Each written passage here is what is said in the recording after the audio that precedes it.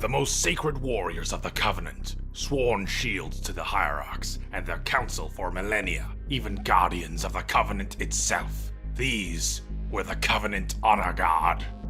Thousands of years ago, when the brutal war between the San'Shyuum and the Sangheili reached its end, both species signed a holy treaty known as the Writ of Union. This sacred alliance formed the foundation of the once glorious Covenant Empire. The San'Shyuum would serve as the governmental leaders and scientists, while the Sangheili served as their protectors and leaders of our military. The Honor Guard was one of the first to be established in accordance to the writs. Thou, in faith, will keep us safe, whilst we find the path. They were comprised of only the most esteemed Sangheili warriors, chosen by the Hierarchs specifically to safeguard the High Prophets and other prominent officials within the High Council. These hand-picked soldiers would swear an oath of loyalty only to the High Prophets, and would gladly give their lives for the protection of a Hierarch. While it was their solemn duty to escort the High Prophets on field missions, they would often be found in the holy city of High Charity. Although the position was a great honor, it was seen by some Sangheili as a merely ceremonial position and a way to silence those who were aware of the Hierarch's duplicity. Because one was expected to encounter little to no combat in their duty, there are Sangheili who declined a place in the Honor Guard, the most famous being Uze Taham of the Ascetic Guard, who rejected the offer numerous times. Honor Guardsmen wore highly ornate armor, colored in a glowing red and orange, indicating how great a privilege their position was compared to others. Sometimes an Honor Guard would wear a red combat armor on field missions, because this would be more practical than their ceremonial variants. Their armor would allow them to protect our leaders during times of crisis, becoming the most sacred post within the Covenant. The greatest within their ranks were called the Lights of Sanghelios, what you humans seem to call Honor Guard Ultras. These Sangheili wore similar armor to that of the standard Honor Guard, albeit with a distinctive bright white base color. Representing the highest ranking and most elite combat units, the Helios for short, were often charged with the protection of a prophet. Besides protection missions, these prodigious soldiers would also command standard Honor Guardsmen in numerous battles with our enemies. For 3,000 years, generations of these esteemed warriors would guard the High Council with dignity and honor.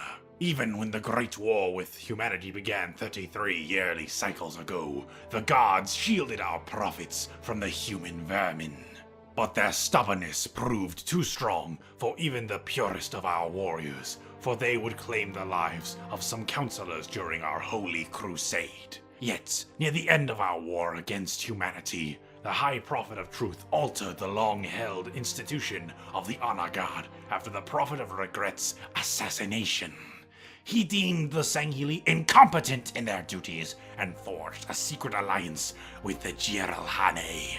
By stripping our brothers of their arms and handing it over to the savage Jiralhane, led by their treacherous chieftain, Tartarus.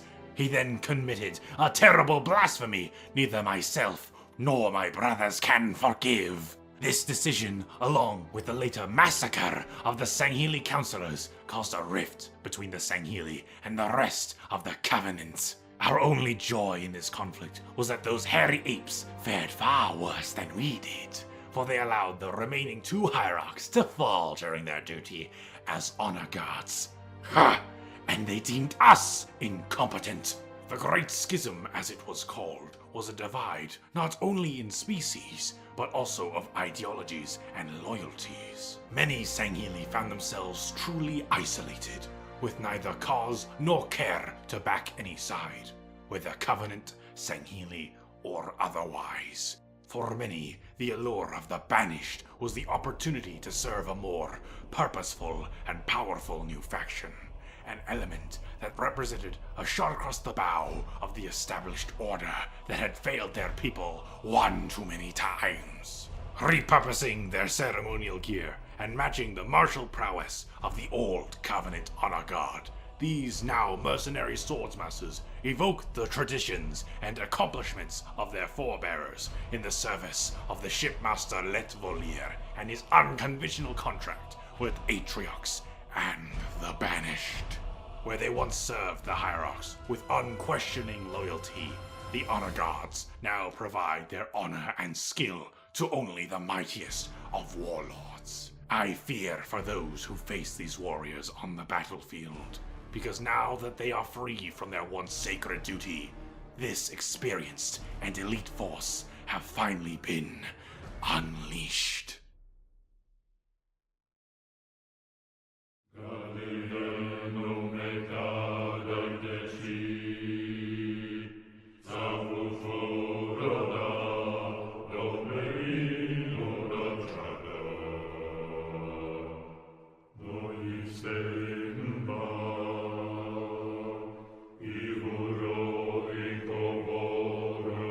So